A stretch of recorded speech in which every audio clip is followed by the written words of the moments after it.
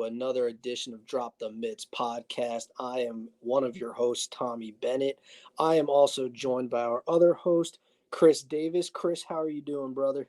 Man, I'm good. Finals week, so just trying to grind through finals and drink beer. Get through this and get to vacation next week. Oh, hell yeah. We are also joined by our other host, Zack Williams. Zack, how are you doing, brother? Same boat as Chris, just trying to grind through finals here, finish it up and go into winter break. Heck yeah. Hope you guys enjoy winter break, however long that lasts these days. But, we got some awesome hockey talk. There's a little bit that's going on in the hockey world. But what we are going to start off with is the World Junior Championship rosters. They've been released. We have Team USA and Team Canada in front of us. Let's go to Team Canada first. Go to our brothers from northern border. And what do you guys think of the rosters? Based on what's been laid out for the public to see. This Canada roster just seems very underwhelming.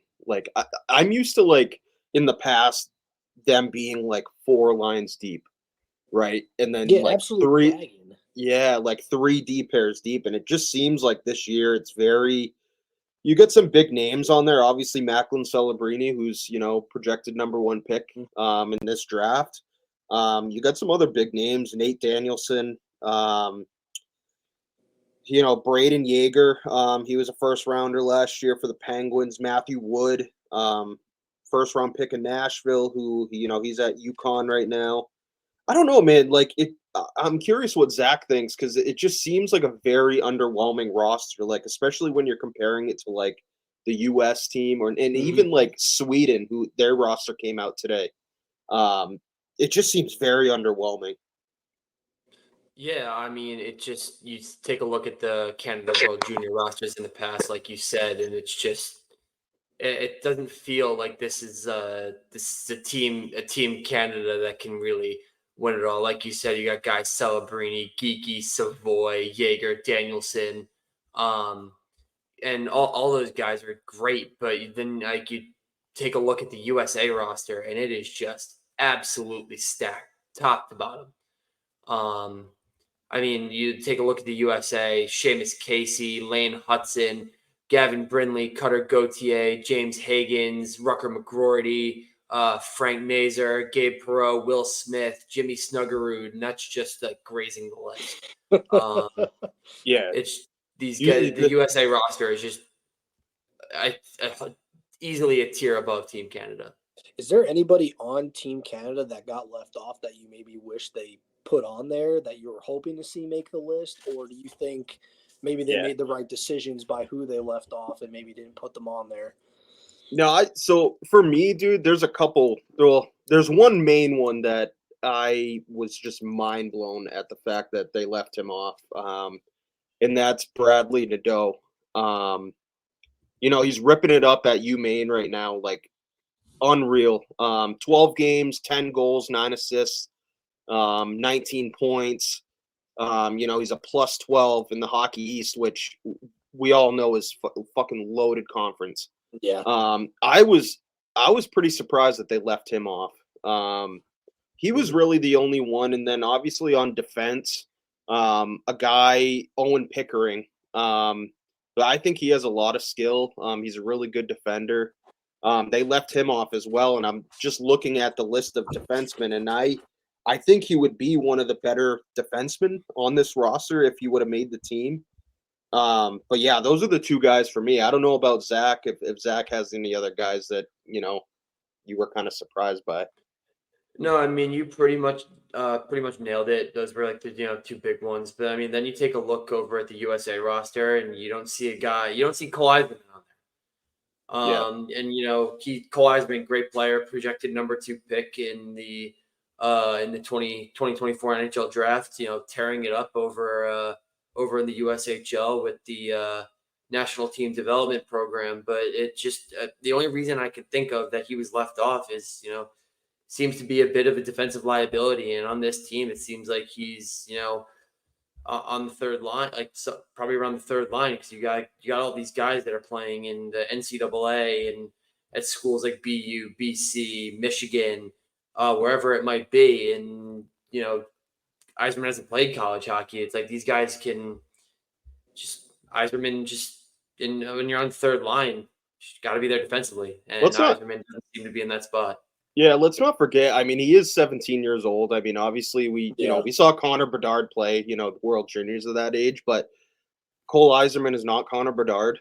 He's his own, his own talent and whatever. But I mean, dude, and this is no like Cole Yzerman is no slouch. But you look at this fucking roster, dude. Like, it's unbelievable. I mean, all these first round picks that they have.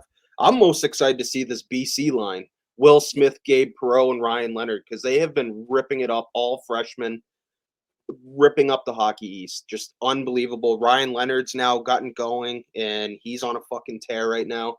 I'm fired up to see that line, and then I'm curious, what other combinations they go with, because, man, some of the names on this list. You look at Cutter Gauthier, who's probably BC's best player, in my own opinion. And then you have. I wonder if they put him with a guy like Jimmy Snuggerud, who is fucking filthy himself. So I got a question. Yeah. Where do they have Seamus Casey? Is he a defenseman, or do they have him as a forward? Defenseman. Because he can do both, and he's very good at both.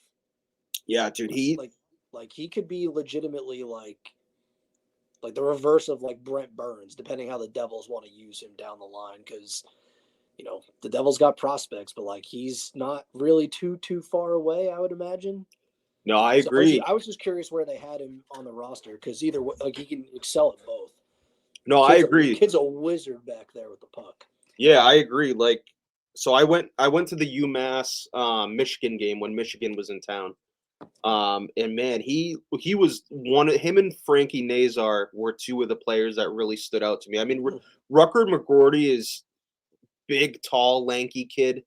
A brute in front of the net, like a powerful kid. But the two dude, Seamus Casey, his skating ability it's so good. Fucking gross, dude. Like, again, yeah, I wouldn't be surprised if say Michigan gets bounced early this year. I could see him signing with New Jersey and playing in the AHL, like to start. Yeah, just watching him, dude, he was phenomenal. Especially his skating is what really stood out to me. But yeah, I mean, it's going to be fun to watch them. I mean, you want to watch these kids play, and they get to represent their countries, for their, at their respective ages, and it's going to be a lot of fun to watch. Hopefully, maybe USA will take it this year, but it'll be interesting. All eyes will maybe be on Canada too, just to, just given how we broke down the roster and everything that kind of transpired. Do we have Team Sweden on hand or no? We have Team Sweden. Before we get to Team Sweden, dude, I was looking at some of the prospects for. Obviously, Russia is not in the World Juniors this year. They're not going to be a part of the tournament. But man, going down this Russian list, it's probably a fucking good thing that they're not part of this, dude. Because, dude, they have Michkov, Demidov, Yurov, Daniil Boot, Dmitry Simashev, Miro Shinenko, Duda, dude, like that is an unreal roster right there. I think they would win it. I honestly think they could win it. They would probably be the favorites if I had to guess. Honestly, and that's not even including if you manage to pluck Mitnikov from Anaheim. Oh my, yeah, it's true. Is that's he Russian? Saying, his last name is OV. I'm pretty sure. Usually, most Russians guys with the last name with an OV are usually they're Russian. Most of the time. I would. Hold on. I'd honestly want to say if Anaheim loaned him, he'd probably. Yeah. He is. Mintikov, freaking beast, dude. He's from Moscow. He's fucking. That Anaheim team is gross, dude. Obviously not right now. They're gonna be good. They're gonna be. But I think you're seeing, and I mean, not to get on a different tangent, but you're seeing with the Ducks, it's like you're seeing the different guys leading the way. Zegras is hurt, but you're seeing McTavish is coming into his own. Leo Carson's load management thing that they're doing, he's actually dude. Anyone can maybe say what they will. I was kind of surprised when it happened, but he's kind of proven to be the right pick, at that spot. I'm not, it's hard to really say. with Fantilli. I think Fantilli is a really good player. I think Columbus is poorly coached. Yeah. That's just my personal opinion. Like, the coach they have in place came from the same tree as the guy they just fired after last year's shit show. Yeah. So, I mean, it's just Carlson's turning into a beast. That Mitnikov kid is amazing. Give it a couple of years, and this Ducks team they're going to be like the Coyotes right now. Yeah. You know, they're going to be in that competitive spot where they're, you know, maybe they're not like ready to make the playoffs, but they're going to, you know, give teams a hard time, and they're going to be hard to play against.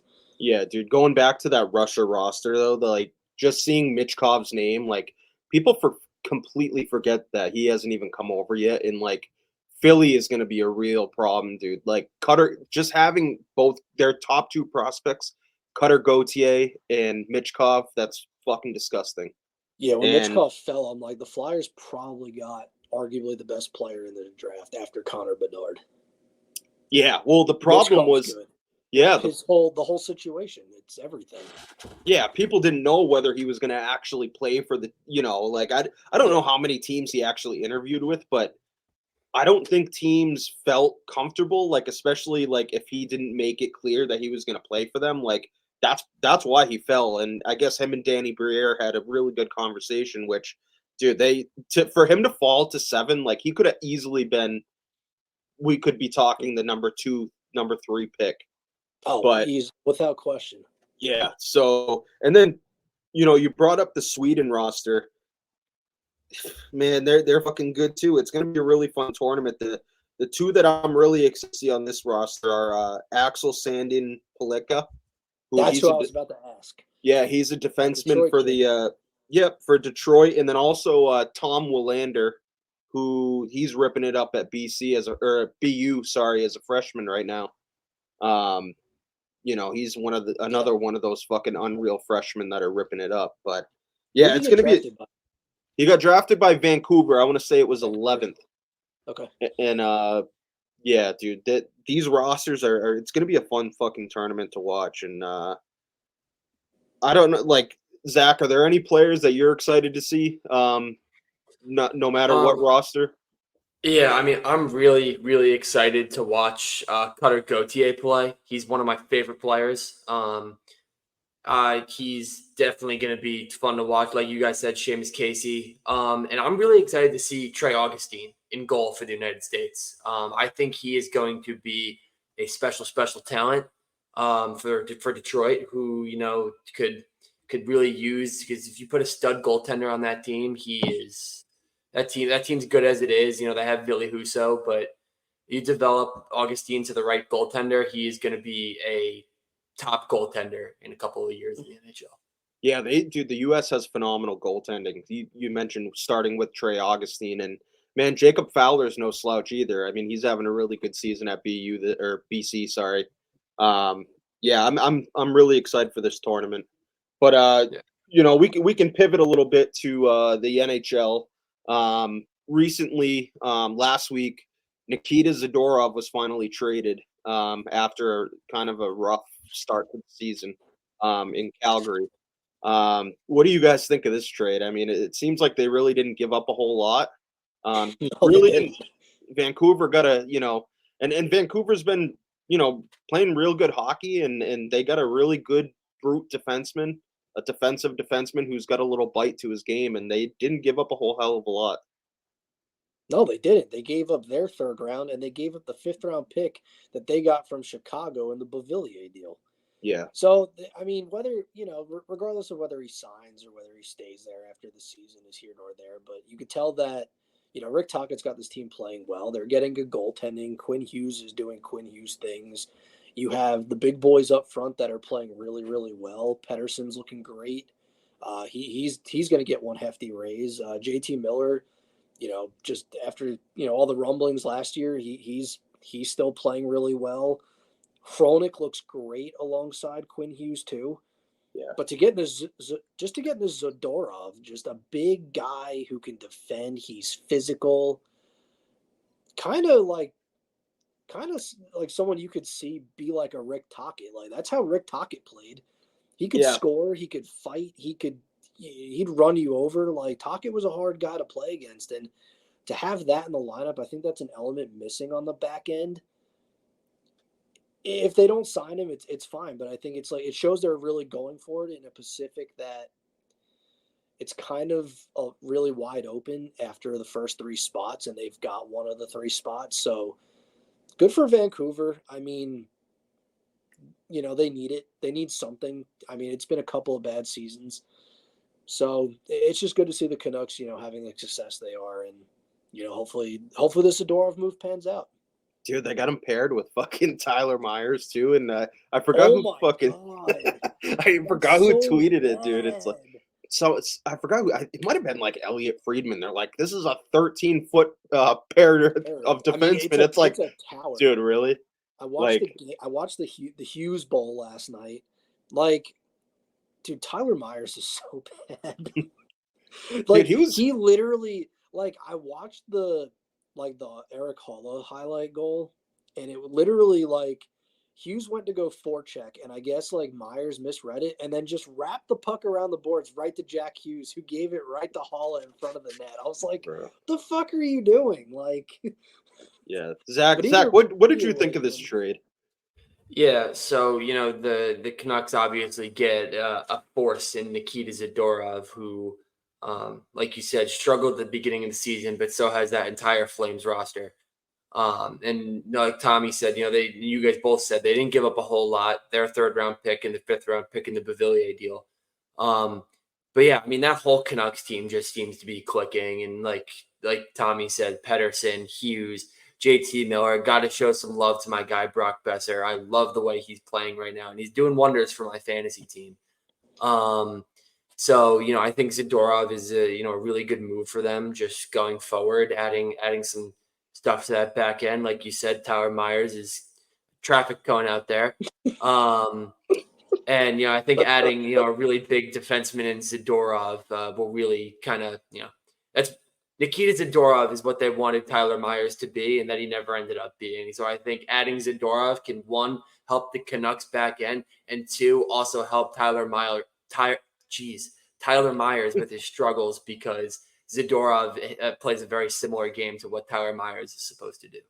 Dude, once I saw that the trade notification, I had to send a wellness check to Sully's house just to make sure he was all right. And I was like, well, but it makes you wonder though. It's like I don't want to transition this to fucking bees talk, but it's like it makes you wonder. It's like, how couldn't you have made that work? Obviously it's money related, but it's all it is.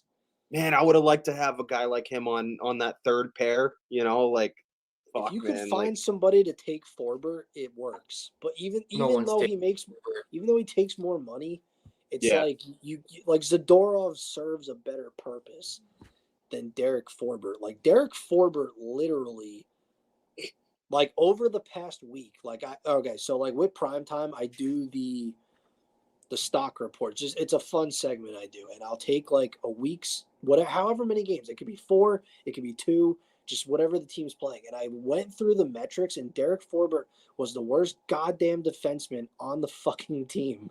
It was so bad. Like, and he was playing with Shattenkirk, and Shattenkirk had really good metrics. And I'm like, you're just a fucking traffic cone, and you just play on the penalty kill. That's why we need you. Dude, can we talk about fucking Shattenkirk?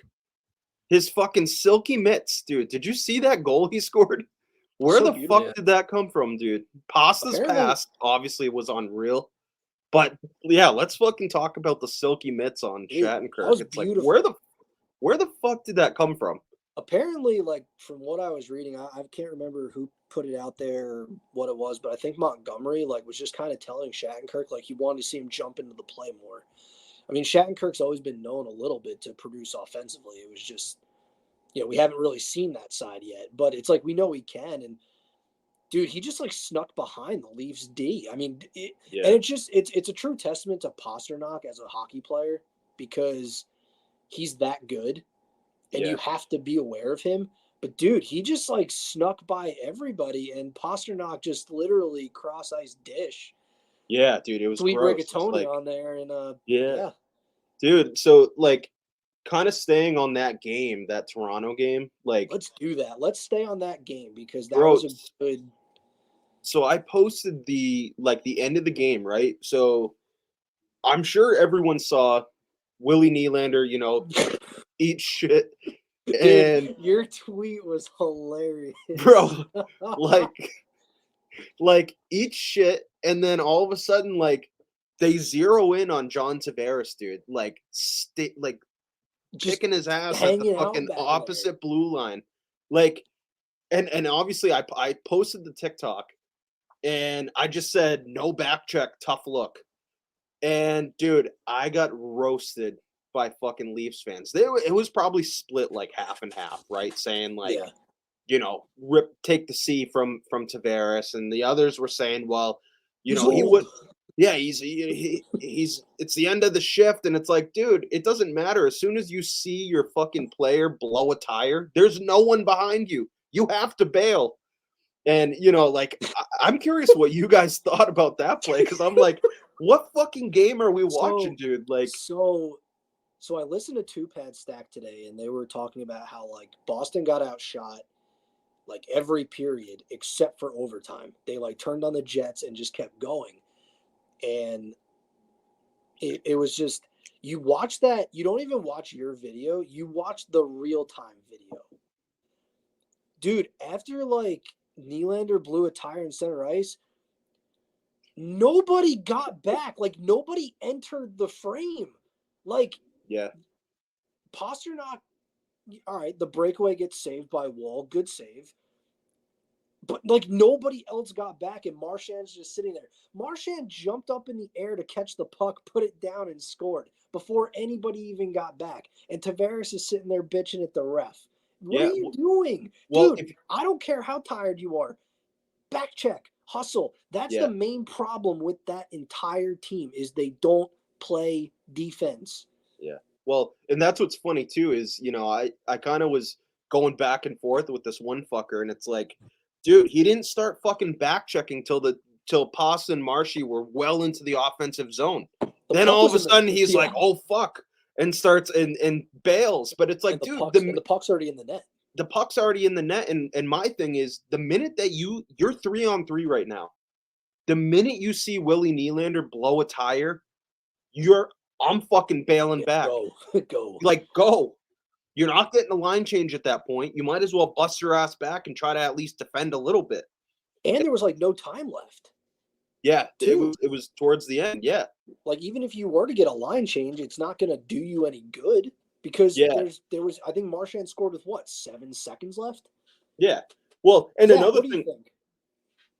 Yeah, I mean, I'm gonna be a little brutal here. One, because I'm a Bruins fan and I hate the Leafs, and two, that was fucking terrible. John Tavares, and I agree with the one half of the Leafs fans that ripped the C right off his chest. That is, listen, and he's done stuff in the past that, has warranted ripping the C off his chest, but this was the icing on the damn cake. Like you said, once you see Willie Nylander go down, you get back and you get into that defensive zone just about immediately. It was so abysmal on every level of hockey. And the fact that he wears that C and just right off it, rip it. If I was the front office of the Toronto Maple Leafs, it's coming right off. Like after that game, next day, it's done.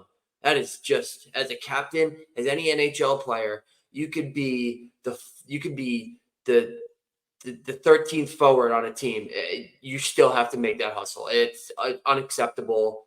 And like you guys said, by the time he was like, oh shit, the puck was in the back of the net. Like the cake was baked. So yeah, this, and this is the second instance just this year, just against the Bruins. The first thing I really thought about was the Timothy Liljegren injury. That starts with the captain, dude.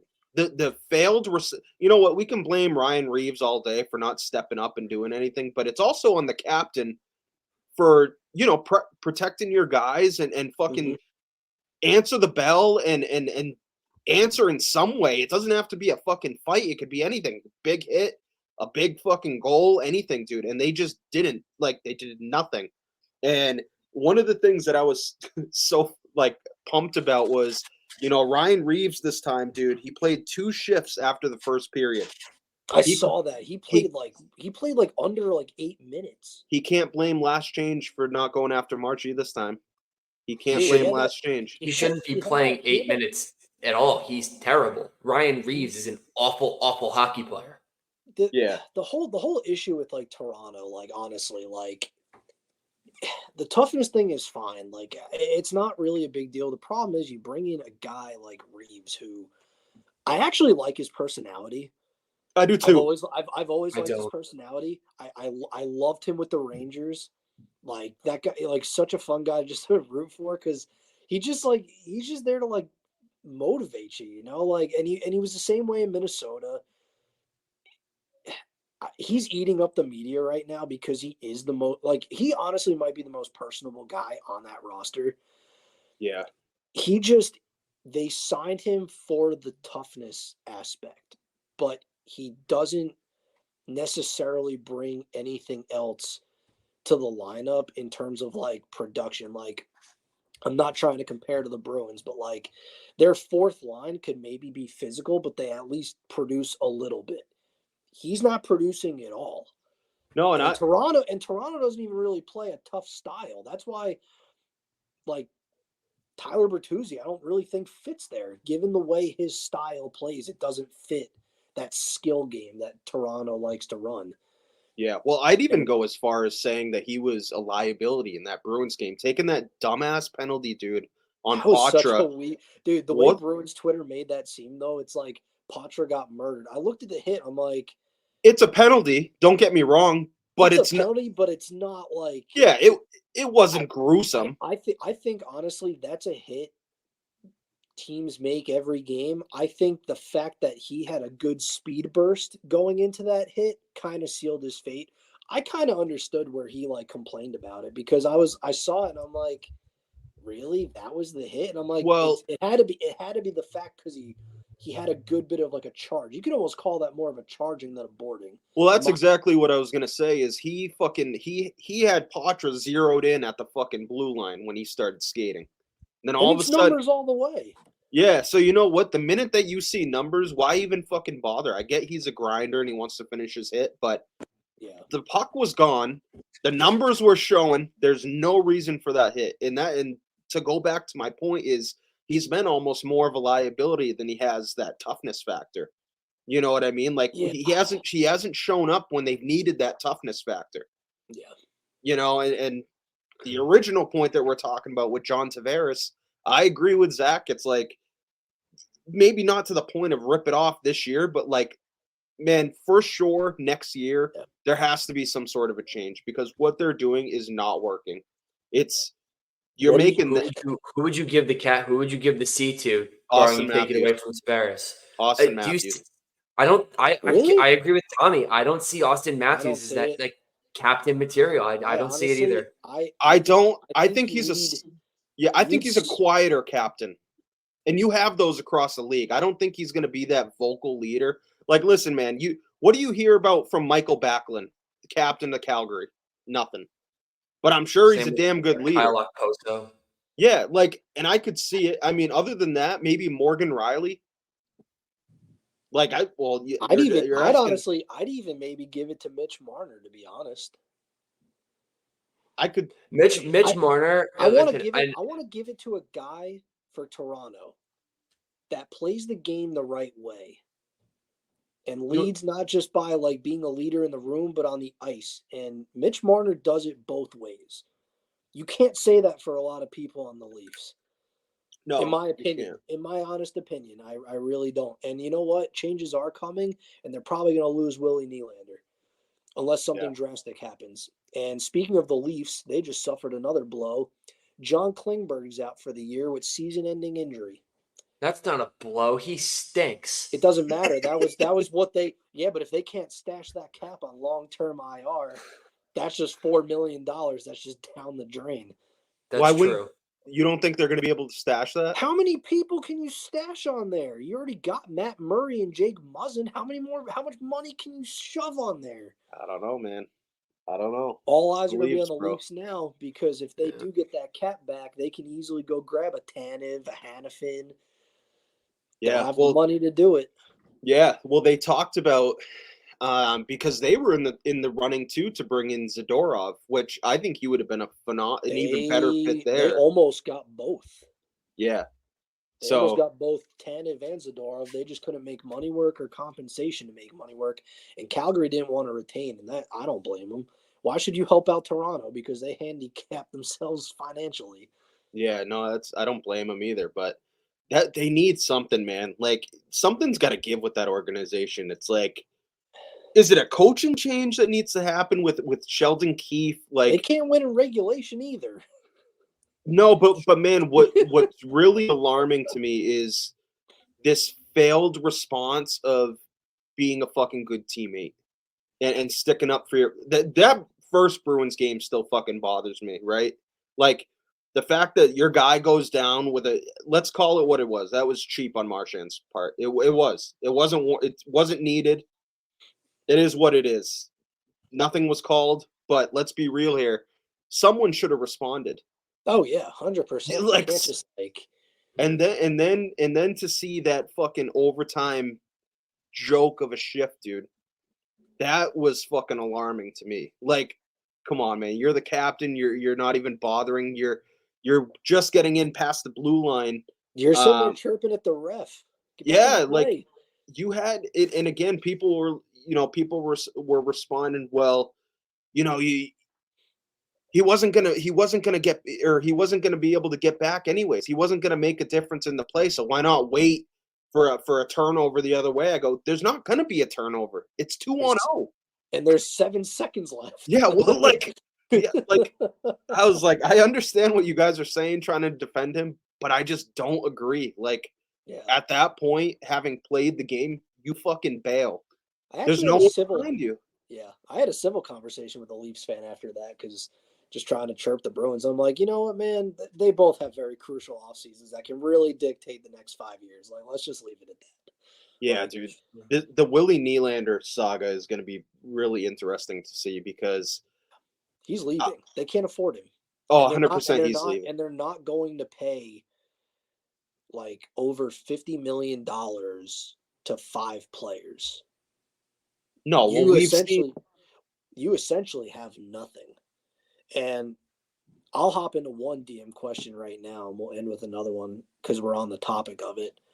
This came in from our boy Eric Burgess from Primetime. He said, thoughts on the salary cap increase? It's a sizable chunk that should help a bunch of teams and give even more room to teams with cap room next offseason. What do you guys think about the increase? It's supposed to rise up about 4.7 million. What do No, you it's guys good. think, especially for a team maybe like Toronto, but just in general, what do you guys think? I'll let Zach go first. Yeah, Zach, what do you think? Like, do you think it's a Yeah. good, like, you can talk about whatever team you see fit, but even for a team like Toronto, since we're on it, like, how does this potentially help them too? Right. So I'm gonna roll with what I know here. I'm gonna use Boston as an example, just because I first thing that popped into my mind. You take that $4.7 million increase, and that right there would have been enough to bring Tyler Bertuzzi back to Boston on a 1-year deal, and then sign him again in the offseason when you have more cap. There, this upcoming offseason when you have more cap. So using that as an example, like that there would have made a huge difference in the Bruins forward lines, because we saw how well Bertuzzi played with Boston last year and how mediocre he's been with Toronto this year. He clearly fit the Bruins style, doesn't fit in Toronto. But there's plenty of teams that have these scenarios where that $4.7 million is going to be a make or break kind of thing to whether you sign this guy, whether you bring this guy back, whoever that may be. Bertuzzi was just the first example that pops into my head. And I think it can be really good for all 32 teams. I think that, with the way, you got the way the economy's going too, these players are looking for more money. And look at the contract Nylander is going to sign. That's going to be a huge contract. Draisaitl is going to sign a massive contract when his is up. And so it's just, these teams need this extra cap space, and it's only going to go up year by year. So I think it's a good thing. But Chris, what are your thoughts? Yeah, I mean, obviously, it's a great thing. I think. I mean, anytime that the cap goes up, I mean, I think it's a good thing for teams, obviously. But I think the main thing for me is that what we're finally starting to see is signing multiple players to these lucrative deals just doesn't work. If you're going to sign 4 players that take up the vast majority of your cap, we've seen it both teams in Canada with Edmonton and Toronto. It hasn't worked. So, I mean, I don't know exactly what they can do to kind of fix this. And obviously, they need to go in a different direction. I mean, because what they've been doing doesn't work. It hasn't worked. And they're going to lose a guy like Willie. We're talking about Toronto. They're going to lose Willie Nylander. But, like, what else do they do? Like, even losing Nylander, like, you're still kind of strapped for cash at that point, right? Like, I don't know who else you have to get rid of. I mean, it's going to be really hard, I think, this offseason to move a guy like John Tavares. Like, I just can't see a team bringing in a guy like him at his age for that kind of money. I just can't see it. And then obviously we're talking about another team that has taken that similar approach, Edmonton. I mean, they've got some fucking bad contracts on that team, dude. Like, and again, what can you do besides try to move some of these guys? But regardless, you're going to have to retain salary. Yeah, and the problem is too, like with the two teams that you're talking about, it's not even just the money; it's the trade protection. Like you have to consider someone to even waive, like just it doesn't matter what team you play for. Wearing the C on your jersey is a special honor. Mm-hmm. So like you if you're gonna obviously if you're Toronto, you'd rather keep Nylander for the age factor, and personally, I think Nylander is arguably right now maybe the best player on the team, but it's like getting a guy that had like that welcome home party. He gets the C. Trying to convince him to waive to go somewhere else, that's going to be a hard sell. And then you look at the Oilers. It's like, okay, who do you consider to waive? Because it's like you get to play with the 2 best players in the world. Yeah, on one team. Why would you want to go somewhere else? It's just bad GMing. It's like what Peter Chiarelli did with the Bruins. He gave everybody contracts, a lot of no movement clauses, and he just handicapped the team to where, and there's only so much money to go around. I mean, and that's one thing like Tommy Fitzgerald alluded to this offseason with the Devils is just like, you guys all can't take the whole thing. Like, you got to spread it to everybody, because if you don't, you can't keep everybody. And good for him. He had a really good offseason, brought in a lot of good players, and signed everybody to really good contracts. And that's actually a good segue to the Devils themselves. They were dealt another tough blow. This is injury related. Dougie Hamilton is out indefinitely. They placed him on injured reserve, torn pectoral, and he will not return. Also, Thomas Nosek is out indefinitely as well with an ankle injury. Where do you guys see the Devils going from here just with those two? More so the Dougie Hamilton injury, because Nosek is just what Nosek is. He's a fourth-line guy, and they got Curtis Lazar playing, and he's actually playing really well. But just in that aspect, what do you guys think about the Devils just from losing a guy like Dougie and what that means going forward into this season? Zach, you want to take this one? You're the Jersey boy. Yeah, so I've been to my fair share of Devils games whenever the Bruins are in town. I'm there. Actually, next Wednesday, I'm there. Nice. So you look at the Devils' defensive roster. John Marino has been quite mediocre this season, at least compared to where he started with the Devils, because he was on fire when he started with the team. Luke Hughes, rookie, young, still kind of finding his footing in the league. He's, taken some two pretty big hits in the last 2-3 weeks, and we can get into that in a little bit. Kevin Ball, who I think is absolutely terrible. And then you got Jonas Siegenthaler, who's he's okay, and Colin Miller, Simon Nemec. You got young guys on this Devils defensive roster, and losing Dougie Hamilton is such a big blow because he brings that veteran presence to that back end, and he's kind of a mentor towards these guys, Nemec, Hughes. So yeah, really big blow for the Devils. Noshik is you lost a fourth liner. It's it happens. Not obviously not as big of a blow as Hamilton, but it's Devils are going to have a tough. They're already having goaltending struggles as it is, and losing that big key piece to the defense is going to give them even more struggle. So I don't. A lot of preseason rankings, preseason polls have the Devils going really, really far into the playoffs. You could really go for the question is, do the Devils even make the playoffs? I don't see them being, at least if they continue trending in this direction, the goaltending continues trending in this direction, I see them being a wild card team at absolute best. Yeah, that's totally fair. I mean, you really hit the nail on the head with the goaltending stuff. They have the second worst team save percentage, and their goal saved above expected combined is a negative 11.6. It's miserable. They're good enough defensively, but when you got to outscore your goaltending woes, that's not sustainable long term. It's just what they did last night. Dude, the game against the Sharks was even worse. They had 103 shot attempts and like over 70 unblocked shot attempts and outshot San Jose like 48 to 20, and they lost the game 6-3. Yeah, that's granted, goaltending was good for San Jose, but like, make a fucking save. Like, at some point, you have to make a fucking save, and they're just not getting the saves. And I agree with Zach. It's all the preseason stuff was warranted. They had a very good year. Goaltending was a question mark going into the season. If they want any shot at the playoffs, they need to trade for a goaltender ASAP. Because Vitek Vanacek is like Jack Campbell equivalent. Like it's bad. By the numbers, he is. That's the sad part. Akira Schmid is better, but not by much. by like just about that much. He is. Yeah.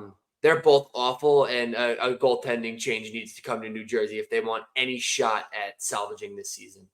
Another question too, Zach. Do you actually think that they would maybe look for a defenseman now with Dougie out, or just kind of let the kids cook and hope for the best?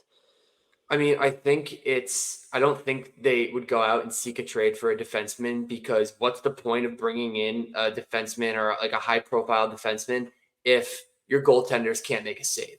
I think they have to prioritize the goaltending, and that's just the bottom line. I also think Lindy Ruff has to go. I don't think I just think it's time. I think it just something's got to give. Whether it be Edmonton has the same problem.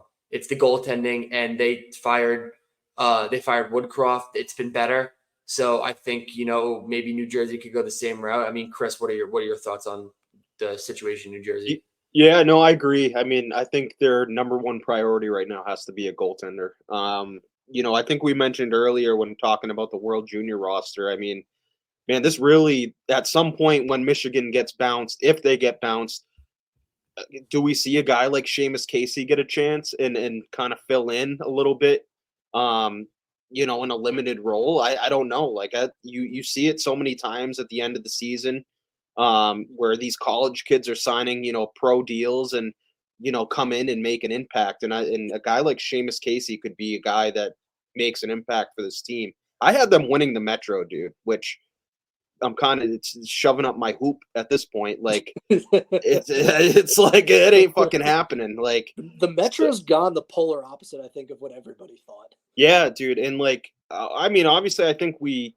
kind of thought that the Rangers were going to be good. Like I think I had them finishing like third. But yeah, dude, like they have to go out and get a goalie. I mean, even regardless, if we're not talking about a Dougie Hamilton injury or a Thomas Nosek, like regardless, they still should be going out and focusing on goaltending. And I don't know, like, are there any guys that are not necessarily available, but do you think, like, what kind of guys should they be targeting that's even like available at this point? So Fitzgerald was poking around with the Hellebuck stuff, but he didn't want to pay the price, and he didn't want to not just for like trading purposes, but also the contract. He didn't want to pay a goalie like Vasilevsky type money or something closer to that. And I think Hellebuck's worth it. He's a very good goaltender. I get where Fitzgerald's coming from, where he doesn't want to do that. I don't really know. Like, do you like? I was thinking maybe like Jacob Markstrom, but he's out for the next like month or so, and Wolf is actually getting a call up finally. He's been nutty in the AHL, Yeah. but so that's out the door. Do you Could they go for keep, like a lower pro, like, still a good goaltender, but a guy like, like Elvis Merzlikins, like he's a guy like that? Do you And think he I mean, solves the problem though? Merzlikins? No, I don't personally. anything's got to solve. Like at this point, the Devils got to take who they could get. Could they go after a guy like Jordan Binnington? It's like anything's got to solve the problem at this point because Vitek Vanacek couldn't save a beach ball. What about a guy I'm like curious. John Gibson? That's what I was about to say. Maybe another they good kick the one. tires on him. His value is up a little bit because he's having a better season compared to last year. Because the Ducks actually have like competent structure in front of him, and he doesn't have to face 50 shots a night. But the only thing I could see that would be extremely bold. I'm not trying to speculate or like throw stupid rumors out there because that's not my style. I need a source, but I really wonder with like Nashville calling up Barry Trotz and poking around and seeing what you can get for like UC Saros. I don't know. I was how going to far go that away- direction, but didn't want to go there. I don't know. I mean, I've seen that a lot amongst Devils fans. Like we've been talking about that all summer, but I wonder if like they go for him. Like how far away is Askarov? Like is he poking at the door? Is he approaching like being able to be a starter for Nashville? I mean, Saros doesn't have like as strong numbers as he did last year, but Saros is still a very good goalie.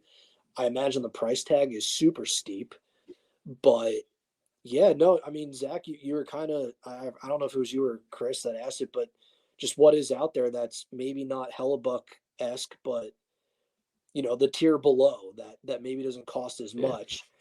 And Binnington would be good too, but he's kind of like why the Blues are teetering around like 500 right now. I mean, it's like you look at the goalie market, and it's a tough market. it is. Like, there's and a lot either of teams guys have are their goalie. Yeah, it's like either you got guys locked up or like guys are locked up on big contracts and Devil, like you said, the Devils, don't want to pay a guy Vasilevsky money. Or it's you got all those big guys locked up, or you got these halfway decent goaltenders that you could get on a cheaper deal, but it's like Chris said, does that really solve the problem? But then you look at like a team like LA, which is they got fairly similar defensive metrics to the Devils. I think they're slightly better defensively than New Jersey, but they're also getting the goaltending. Like Cam Talbot is on like he's like, I mean, he could challenge for a Vezina. He's playing that good. And it's just like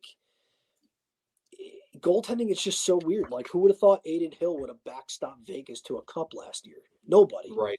Yeah. And it just makes you wonder too. It's like, what can the Devils do? And it's like they had the right idea. They took one of Washington's goalies that was okay, and he turned out to be good. Samsonov was the same way in Toronto. He had a fairly good year. And then you look at Darcy Kemper, who got that big contract, and he's not having a very good year. It's such a weird situation, but I do agree that should be like first and foremost thing. I mean, good for the Devils getting Hughes and Heishier back. They're both producing. Luke Hughes is producing, so I mean, at least he's softening the blow a little bit. But losing Dougie sucks. But either way, like they need a goalie. They need a goalie bad. Some of these teams that are able to transition well, consider yourselves blessed. Devils haven't had a goalie since Brodeur, and they kind of didn't really do anything to develop, with Schneider either. So it just hopefully they find a goalie. I don't know what's out there. What would you give up for a guy like Saros? I mean, obviously, with Nashville sitting at almost 500, 13 and 12, you got to think like, hey, they're towards the bottom of the of the Central. Yeah, how close is Askarov? Are you willing to give him minutes? Are you in kind of a rebuild mode? Do you really think that you're going to compete for a playoff spot in that Central Division? I don't see them making the playoffs. So, like, do you go out and move Saros and get some serious capital back? I don't know. Like, what do you think it would take? I think just for money purposes, just to make the money work, like I feel like Vanacek would go the other way just to give them something in net. Like, and don't forget too, like Vanacek was the goalie last year and Burnett was behind the Devils bench last year. He may not have been the head coach, but he was behind the bench. Yeah. So maybe that familiarity would work. I'd say that plus you'd have to, I don't know if they would want prospects. I don't know if they'd want picks, but it's definitely a combination of the two. I don't know exactly what, but Barry Trotz is not afraid to mix things up. Like, no one's going to pay like an asinine price that Tampa Bay did for Jeannot. Oh. But I mean, you're going to have to pay for a caliber goaltender. And Saros is a good goaltender. He's just, he hasn't had the best year considering what he did last year, but he was a very good goaltender last year. He was practically why they almost made the playoffs last year. Would you consider moving one of your defensive because let's be real here, that's probably what Nashville would be going after. I mean, so New Jersey's, I mean, probably not Hughes, but Nemec or Seamus Casey. Oh, if I actually had to pick which one I'm hanging on to, I'd rather hang on to Casey, to be honest. Nemec, I mean, I've said this on the show. Like, I think to you, I didn't like the pick. I think it was a pick for need. I think it's a pick that ultimately is hurting the Devils to a degree. Like, I think you miss a guy like Damon Severson, but it's going to be interesting. I really don't know what they would want. I mean, do you think they go ahead and move like Nemec, or do you think they would be willing to more part ways with like an Alexander Holtz? It would have to be Nemec. I mean, Nashville, obviously they got Roman Josi on the back end. They got a couple other guys, but like they need another young, big defenseman that, Roman Josi can take and develop into, what he is. And, obviously Roman Josi is not going to be there forever, and he's, getting up there in age. But it would have to be Nemec because they're going to need a defender when Josi it goes eventually. And Josi needs a couple years to be able to develop Nemec into what the Predators want him to be or would want him to be. And I think that's the only way you could see Saros in New Jersey is if Nemec is a part of that package. And the only prospect that I can think of right now that Nashville has on the back end that could be something legit is Ryan Ufko from UMass. And other than that, dude, I can't really think of any other young defensemen that they have coming up, and I don't know if I'm missing anyone. I'm actually gonna just Google to make sure, but they have a lot of good prospect forwards. Well, so they have a lot of good prospect forwards, but yeah, their back end is like, I mean, they've kind of like dismissed like the Ellises, the Suitors, the Webbers over the years, but they've never like kind of refilled that. But I think that's like kind of what they got with the Jeannot trade, just getting all that draft capital just to try and like rebuild the ship. And I definitely wonder if like the Devils and Saros, I think the fit is there. I think any goaltender that is available is going to be linked to all these teams that have poor goaltending issues. Yeah. It's just a matter of making it work. I mean, the hard cap at the deadline, it's going to be tough to, but I feel like VTech would go the other way just to make the money work. Yeah. Well, I forgot they had, they drafted Tanner Molendyk this past draft, which he's a pretty good defenseman. But yeah, most of I'm looking right now, they have Askarov listed as their top prospect, Matthew Wood from UConn, Joakim Kamel, Finnish forward, Luke Evangelista. Yeah. Dude, he's so good. He's so gross, dude. I think he's second in rookie scoring right now. Yeah. Well, he wears number 77, dude. That's boss shit. Beast mode. Yeah, he's like a true power forward too. He's good. Yeah. So sticking on the topic of goaltenders, Sam Montembeault signed a 3-year, $3.15 million deal with the Canadiens. Yeah. I love it. I think that could be a really big signing, for a big value signing for the Canadiens. I mean, he's only 27 years old. so far this season. He's got a 9.13 and a 2.66. And if you give the Canadians some like defenders, like they got some good guys, like Justin Barron's good, Caden Gould is good, Mike Matheson is awesome. I love Mike Matheson. Like outside of those guys, I mean, they got a super young defensive core. But you add another veteran guy in there, another big guy behind Montembeault, and I think that the Canadiens could be a pretty decent team, maybe a wild card team, but we'll see. But I think Montembeault is definitely the right piece in Montreal. I think they still have really high hopes for Caden Primo as well, who was former Northeastern goalie. I mean, he's still getting some minutes.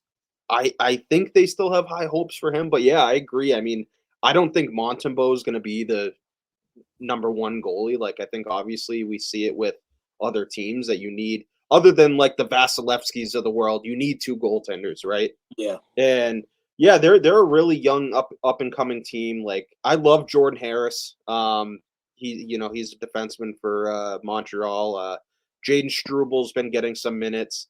And then two guys who really haven't played a whole lot. Lane Hudson hasn't even played yet for them, and David Reinbacher. And yeah, I think this is going to be a really, really fun D-core to watch. And yeah, like, I don't know, like, it's a really good value. So, we mentioned earlier the cap's going up.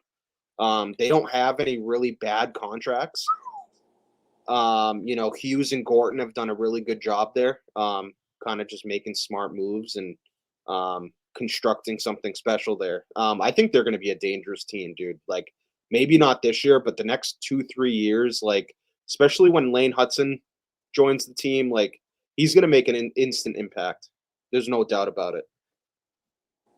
Yeah, good for Montreal. Like, you need a goalie. Carey Price, unfortunately, is not coming back, and it's a shame. I mean, Carey Price was definitely one of the best for that era of goaltending, and just a true class act even off the ice. But good for them locking up a young goaltender that they potentially believe in. I mean, Zack went over his numbers. His numbers are strong. His goal saved above expected is good enough for a team that's allowing a fair amount of shots against, like in terms of where they rank. But they have good forwards up front. They're definitely battled by the injury bug right now, but they have a lot of good prospects coming in the pipeline. And if a lot of those can hit and maybe develop a little bit better, you got to hope Slafkovsky develops a little bit more.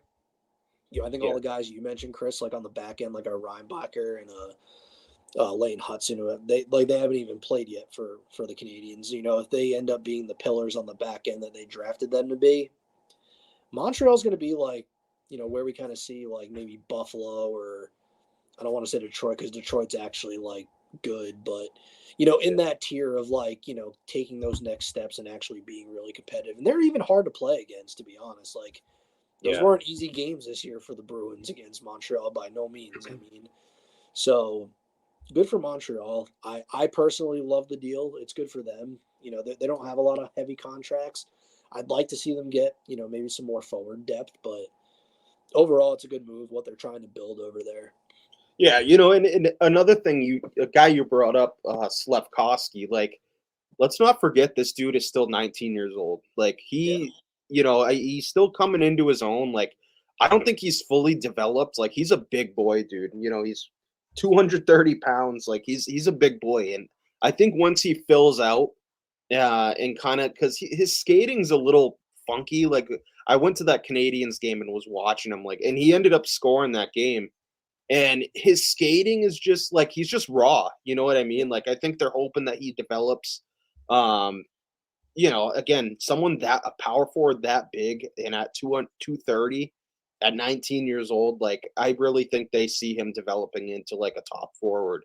And I can see it too. Like, but yeah, I mean, you meant guys we didn't even mention. Like, I love watching Suzuki and Caulfield. Like, dude, they're unreal together. And I think they're going to be a really dangerous team. They're going to be a dangerous team in the Atlantic. Maybe not this year, maybe not next year, but they're coming. Can't I forget think that like Kirby Doc too, who's unfortunately got hurt right when the season started. But Yeah. once that whole team is healthy, and if they can add a couple more guys, and like you said, they got Hudson and Reinbacher. But I think that this Montreal Canadiens team in like 3 to 5 years can become a dangerous roster. Yeah. As much as that pains me to say as a Bruins fan. well, maybe it'll ignite the rivalry. We kind of need it. Haven't had it since like 2014. Right. Yeah, we haven't really. Speaking of another young team, dude, the Desert Dogs are hot, dude. They're so hot. I mean, they're literally as hot as the desert. They really are. They've won 5 in a row. It doesn't really mean much in hindsight, but they've won 5 in a row against the last 5 Cup winners. I think that's just like kind of a cool statistic. Yeah. But dude, they're fun, man. They are fun to watch. Like, what do you guys think of the Arizona Coyotes right now? Not just the 5-game skid, but just like if you've gotten to watch them at all. Just what do you guys think of the Desert Dogs? Like, do you guys, view them as potentially a playoff team or? Dude, the way that they're trending right now, I would not be surprised. They're sitting 4th in the Central at 13-9-2. And they have a goal differential of +14. Like, yeah, like, dude, you're right. They're fun to watch. Like, and I love fucking Logan Cooley, dude, who probably should have went number 1 overall in that draft. Let's be honest. I mean, yeah. That's an argument for another day, but yeah, they've got a lot of prospects coming up too.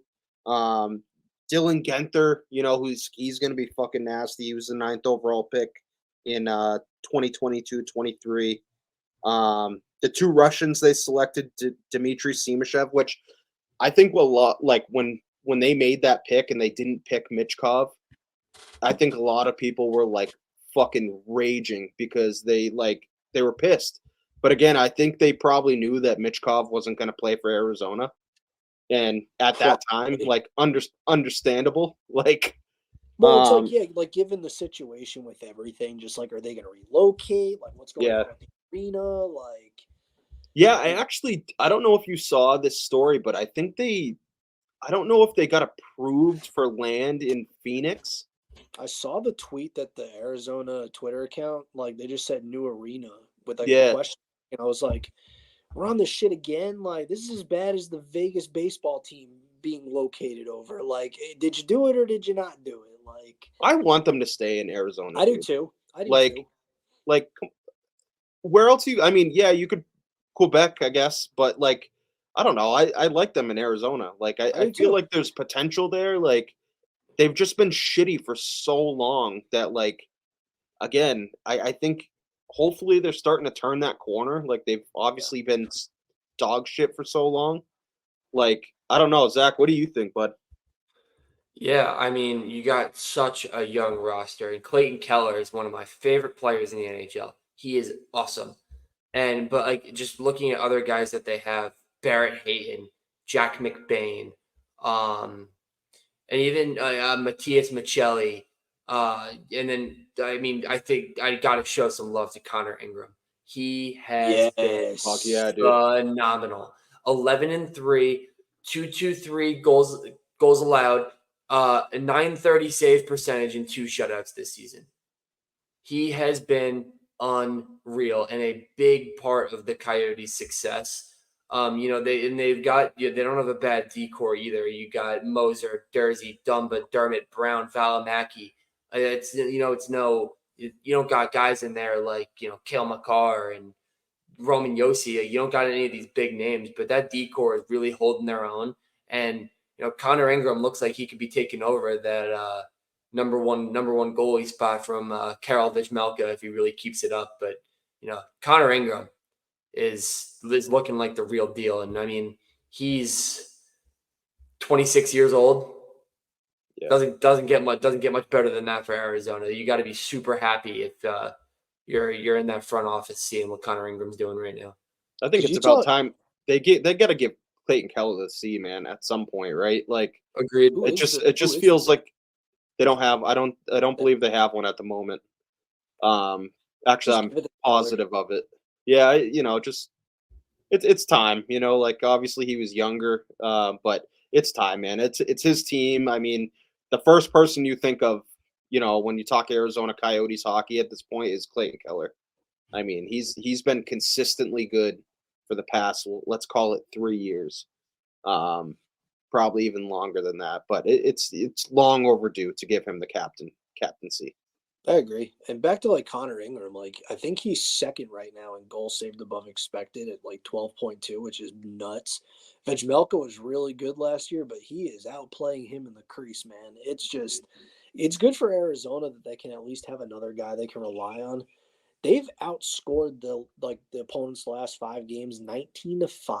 So to Zach's credit, they are getting it done defensively and getting it done in net, and it's amazing to see. They've had some crazy player streaks too. Like Carcione has a 4-game goal streak. Schmaltz has a 3-game goal streak. Him and Keller are connecting. Keller's got a 3-game point streak. Kerfoot's got a 4-game point streak. Dursey looks every bit of the guy they acquired over the summer. Not saying LA misses that guy, but just you can kind of tell that Durst is a pretty special player. And just give me a playoff series at the Mullet. Let that college rink go absolutely ballistic. I want to see Yager mullet wigs across the entire arena with people slinging beer everywhere. Like, let's get the party rocking in the desert, dude. I want to see a playoff series there so bad. Dude, and going back to your point about Dursey, man, he's so fucking underrated, I think. Like, and I definitely think LA's missing a guy like him because I think they were hoping that Brant Clark was going to make that jump this season. And he just has proven that he's not that he's not ready, but he just was not playing well. And I think that kind of made they were a little more comfortable to let Dursey go, right? Knowing that Brant Clark was coming up the pipeline. And he just hasn't proven that he's been able to play significant NHL minutes. But yeah, talk about Dursey, man. I think he's so fucking underrated. And Zack brought up Matthias Michelli, dude. He was fucking gross last year. So good. Yeah, like came out of nowhere. Like this is a young, fun roster, dude. Like they are, and it's like they've all taken like the next steps that you would want them to see. But in an open division like it is, dude, sky's the limit, man. Like you got Minnesota, who they're playing better, but they didn't have a good start. They got a mountain to climb, and with the goaltending they have, good luck. Winnipeg, you just don't know what's going to transpire, and it's pretty open after Colorado and Dallas, man. Like it really is. Yeah, I agree. So, I want to see a playoff game in the Mullet. I'll get my Mullet experience in March. I'm a little intrigued, a little excited. Kind of curious to see how many New York Rangers fans are actually there, though. Yeah. Are they playing New York when you go? Dude, honestly, like, no shit. The best game I think I went to last year was a Rangers game in Carolina. Yeah. There's just something cool about going to a game where there's so many road fans that when they score a goal, it sounds like a home game. Yeah. And Artemi Panarin had 4 goals. Oh. It was so much fun. Like I wasn't cheering for Carolina. Like I donned a Rangers jersey and sat there like with pride and enjoyed that. Someone threw like a giant loaf of bread pillow like over the glass when he scored. It was fucking hilarious. Dude, I got so much shit when I went to PNC. Like so much shit, dude. Really? I was wearing I don't know if I've told you this story or if it was Sully. But yeah, dude, like so last season we went to it was a Bruins fucking Carolina game. It was when the Bruins got waxed. Was it last year? It was last year. I was there. They got fucking waxed. And I was wearing a Hall jersey, dude. I got called a fucking pussy probably like 5 or 6 times. And wow. I gotta say I've never had that issue at PNC. Like I've got into my chirping things, but honestly, I can honest to God say that the fans at PNC Arena, they're all very nice people. Like I've never had a bad encounter with anybody. I will say this. To be really honest. The guy that it was He was some army guy, army douche that he literally was just chirping the entire game, and finally one of the like ushers or whatever, yeah, like finally told him to like shut the fuck up, which like just yeah, and obviously he had to go all macho or whatever. Yeah, in a nice and finally she called a cop over, and the cop like fucking told him to come down, and all of a sudden he like starts behaving, right? He's completely sober. He walks down like 2 steps and fucking rolls down. We're in the balcony, dude. Rolls down probably like 7 or 8 steps, gets to the bottom, and then they just fucking cuff him. It was beautiful. But yeah, I mean, I don't care who you cheer for. I don't care what. I mean, at the end of the day, we all paid for a ticket to go sit there and watch. Like, there was like one dude. I could tell he drinks, and I've sat in his section. I sat there probably like 3 times last year. This poor like Rangers fan, dude. This guy was probably like in his 60s or 70s. Like I can't tell you how many times that guy got the finger for no reason at all. And I'm like, dude, just leave this guy alone. Like he's not even bothering you. He's just sitting here, like. Yeah, dude. But yeah, no, like I'm excited just to. Every time I go see the Rangers, I get stuck with the backup goalie. Every time. Hey, you'll get quick. I want Shesterkin. I pay to see Shesterkin. You're getting quick now. Dude, I've gotten Georgiev and I've gotten fucking Yaroslav Halak. I'm like, damn it. Who's the Rangers' 3rd string? That's who you're getting. Louis Domingue. You're getting Louis Domingue, dude. Louis fucking Domingue. He's going to have like a 45 save shutout or some shit like that. It's going to be fucking wild. But goalie goal. Yeah, but I got one last DM question. If you guys want to wrap up with that, and then did you guys want to debate the Hathaway hit? Get into some of that real quick, or? Yeah, we can do the Hathaway hit and then do our the DM question, which that should be good. So, what did you guys like think of the hit that he ended up getting ejected for? You know, Twitter had some fun with that because they saw the hit and they're like, okay, why? Like, what is this? And you know, and then there was a game and there was an incident in another game where it was like legitimately boarding and that person didn't get ejected. And it's like, well, what the fuck are we doing here? What did you guys see from the hit? I'll go last. Zach, what do you got on the hit, man? Clean hit. 100% a clean hit by Garnet Hathaway. No doubt in my mind. That hit was 110% the ref's fault.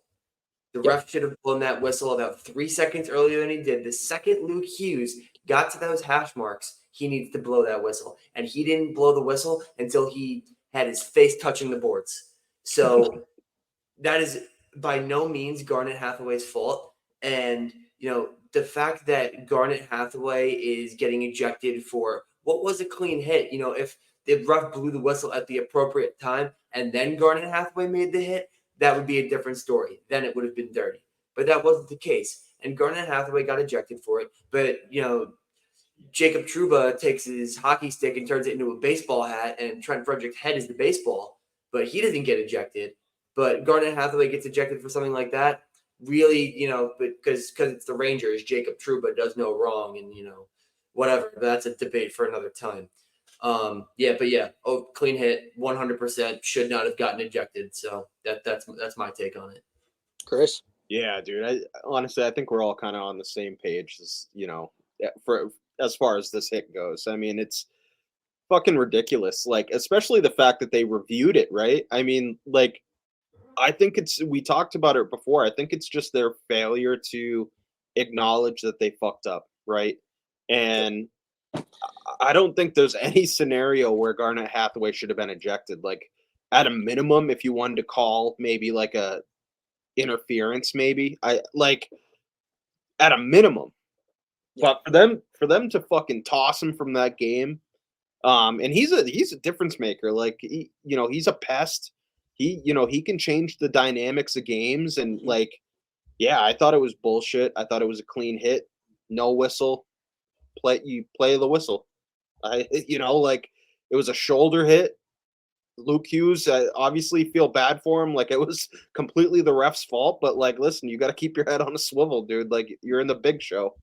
And no whistle was blown, and Luke Hughes paid for it. Yeah, that was the problem. Like like, and I would put money down that a lot of people on Twitter didn't watch the game, had absolutely no context to the hit whatsoever. They just saw the hit because somebody posted the highlight of the hit, and it's like, oh, we got ejected for this. It's like, okay, but Zack kind of alluded to it. Like, the refs fucked up. They didn't wave the icing, but they didn't blow the whistle either. So at that point, it's like it's fair game at that point. Yeah, Luke Hughes won the race. Maybe he should have protected himself, but like the refs basically tossed Hathaway to cover up their own incompetence. That's pretty much what I got out of that. Yeah, the hit was clean. I mean, that's just a guy finishing his check. It's a bone crushing hit, but guess what? They're legal in the sport of hockey. As much as people don't like it, it's a legal hit. That's why everyone hates Jacob Trouba, but not every hit he delivers is dirty. You know, and it's just, it goes to the inconsistencies. You know, Trouba gets that slash, gets fined. Brendan Smith takes a retaliation slash to the arm of Konechny and gets suspended. It's like, make it make sense. Like, it's a debate for another day, but the hit was clean. I think just, you know, Tortorella kind of hit the nail on the head. It turned into like a no-hit league. Yeah. It's like, dude, guys like, man, back in the day, like, they probably would be banned from the league if they played today. Oh, man. Could you imagine guys like Darian Hatcher, Chris Pronger, and Scott Stevens playing in the league today? Scott Stevens, dude. Oh, my God. Trouba is Scott Stevens. I said this in my Devils chat, and they're like, that's like a pretty strong stance. I'm like, because he delivers hits, I'm like, that's my point. Yeah. It's literally my point. Like, he delivers the same type of hits. That's how hard he fucking hits, dude. Like, dude, Stevens used to just run through you. Yeah. That was like his goal. Yeah. Oh my God. You remember that Korea hit, dude? My buddy actually like met Paul Korea, and he was just telling me like, you just don't bring up 2003. Like, he said he doesn't even remember going back on the ice. Yeah. Like I've seen him say that. The most legendary goal call you could think of in the playoffs, and you just, poor guy didn't know where he was. It's a shame, man. But to wrap things up, we got one more DM question came from the Two Pad Stack, also proudly partnered with Primetime Productions. Just thoughts on the Omar coming out and sharing a story about his father on Sportsnet. Did you guys catch that? I didn't catch that. Okay. No.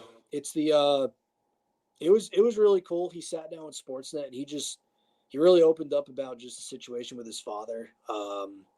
You know, just going through some family history and just how it impacted him as not just as a player, but as a person.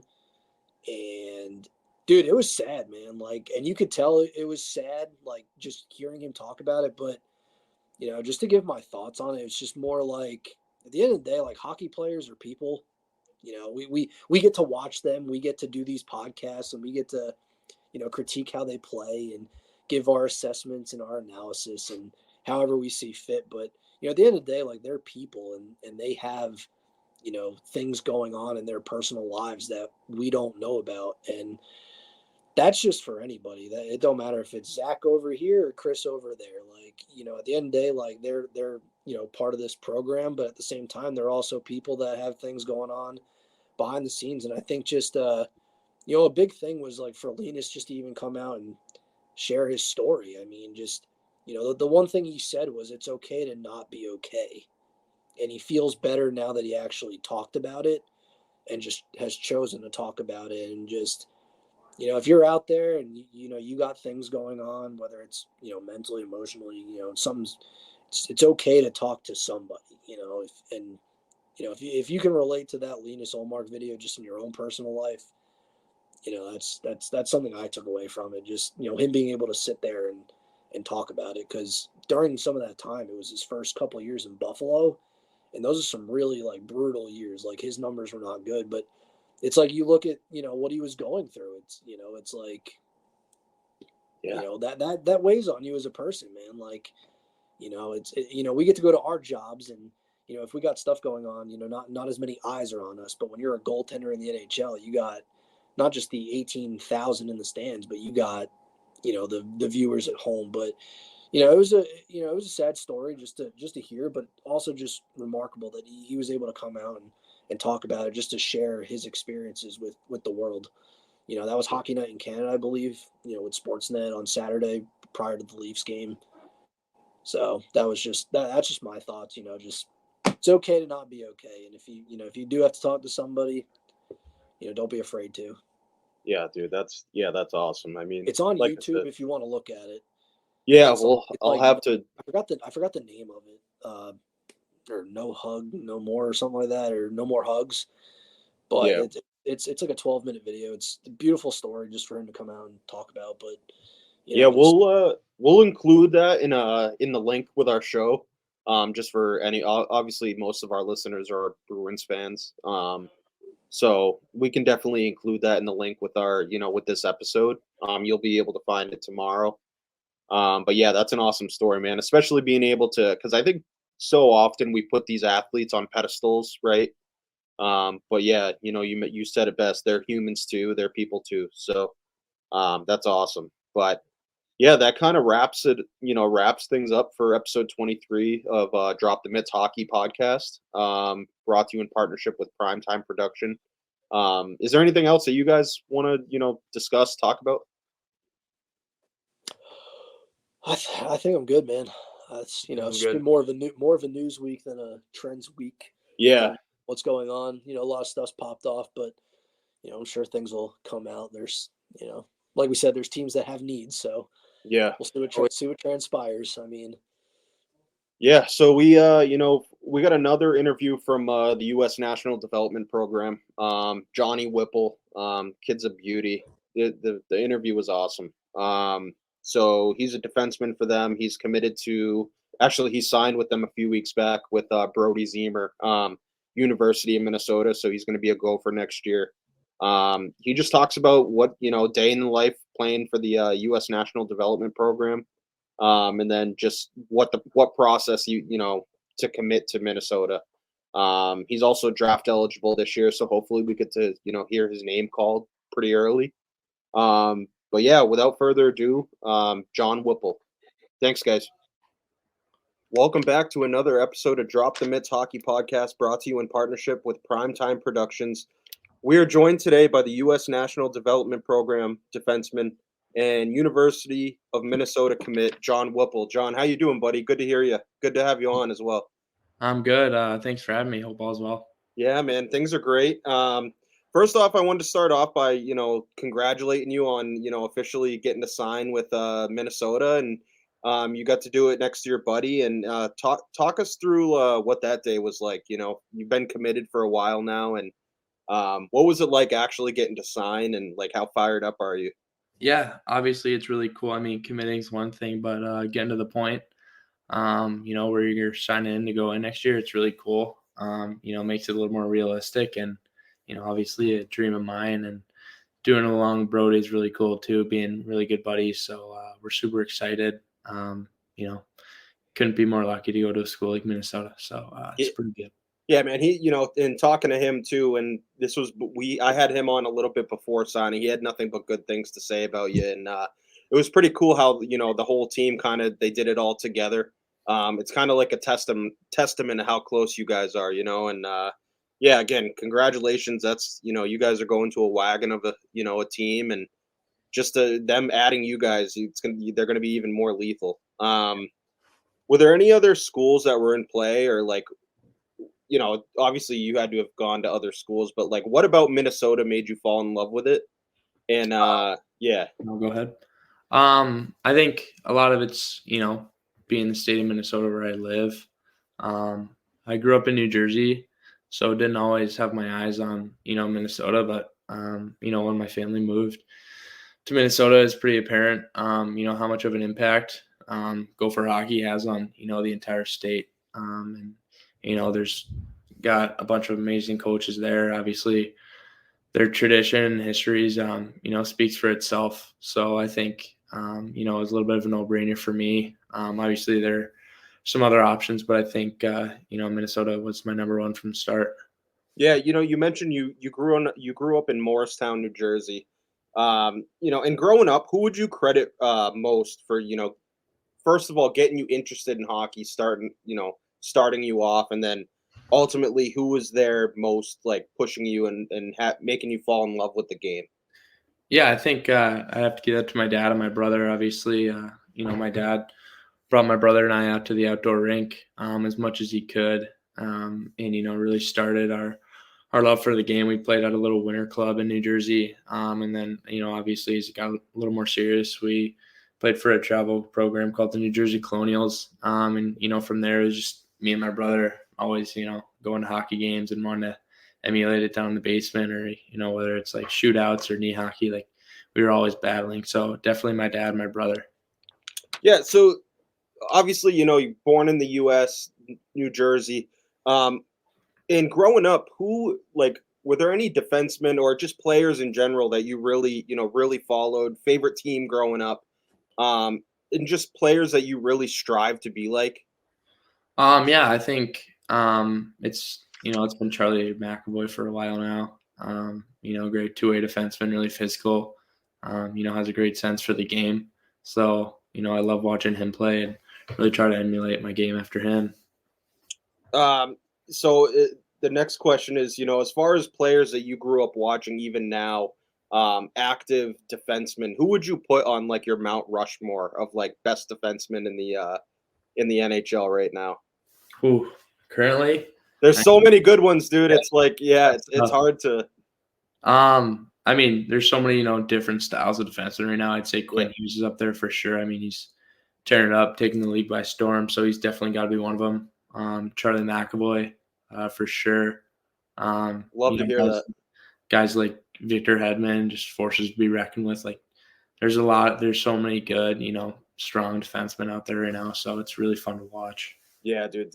Like you said, the amount of just overall talented, whether it's offensive defensemen, just brute defensive defensemen, two-way defensemen, it's so fun to watch. You had two incredibly successful seasons at Shattuck. In 20 and 21, 43 games, you had 7 goals, 40 assists for 47 points. In 21 and 22 and 54 games, you had 18 goals, 37 assists, 53 points. Talk to us about what Shattuck St. Mary's did for your development and your overall game and what that school meant to you. Yeah, obviously it holds a really special spot in my heart. I love Shattuck, love all the coaches, the people, the teachers. It's obviously a really good place to be if you're trying to grow your game. But I think it's, a lot goes into the environment. You're surrounded by, the guys that are all around you wanting to, achieve the same dreams. So guys are always, going on the ice extra, trying to get in 3-on-3 games, like little stuff like that, on the extra ice. Just them being your buddies, but at the same time, the guys you go against every day. And obviously, we had a really, really good group of guys, my age group. So, we were always battling it out, trying to get better together. So I think, obviously the coaches and the tradition speaks for itself, but I think, a lot of it goes into the guys you're surrounded by and everybody pushing each other.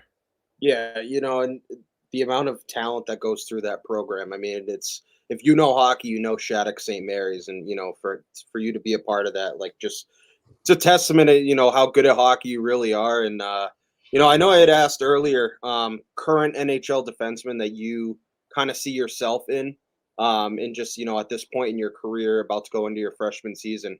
I know you mentioned Charlie McAvoy. Are there any other guys that you kind of see yourself in?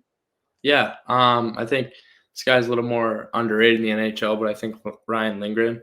Man, I love Ryan Lindgren. I know he's awesome. I mean, he does all the little things right, and he may be a little undersized, but I mean, he's got a lot of fight in him, and he's one of the best D on the Rangers, and is a huge piece for their team. And I think he's always blocking shots, hitting guys, stopping plays. So I think him too. I mean, just an all around great defenseman.